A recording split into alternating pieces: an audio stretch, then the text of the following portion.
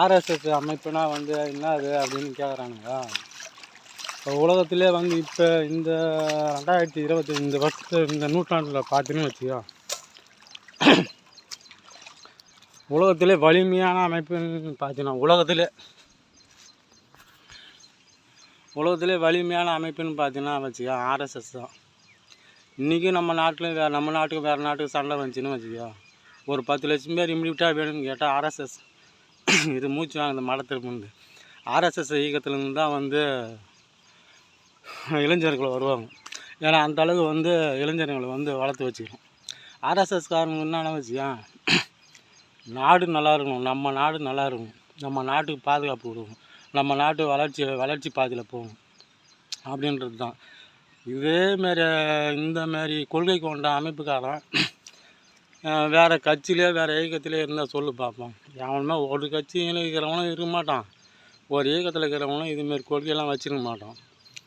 எதுனா வேறு மாதிரி வச்சுருப்பானுங்க. அவனோட கேஸ்ட்டு ப்ராப்ளம், அவனோட மொழி அதுமாரி வர இயக்கம் இருக்கும், அவனோட சாமி அந்தமாரியே இருக்கும்.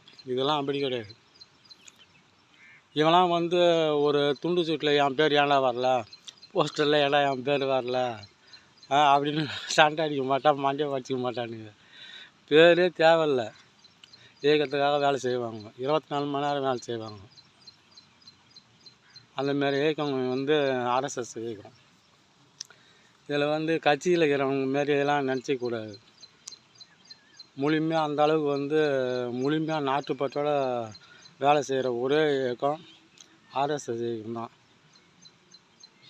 இந்த சேருக்கெல்லாம் திருடி போய் உடச்சிட்டானுங்களே, இந்த குண்டா இந்த தண்ணி டேங்கெலாம் தூக்கி போய் விற்றுட்டானுங்களே, ஏதோ ஒரு கட்சி இப்போ புதுசாக வச்ச விஜய் கட்சி, அந்தமாரி அந்தமாரி இளைஞர் கிடையாது இது ஆர்எஸ்எஸ்.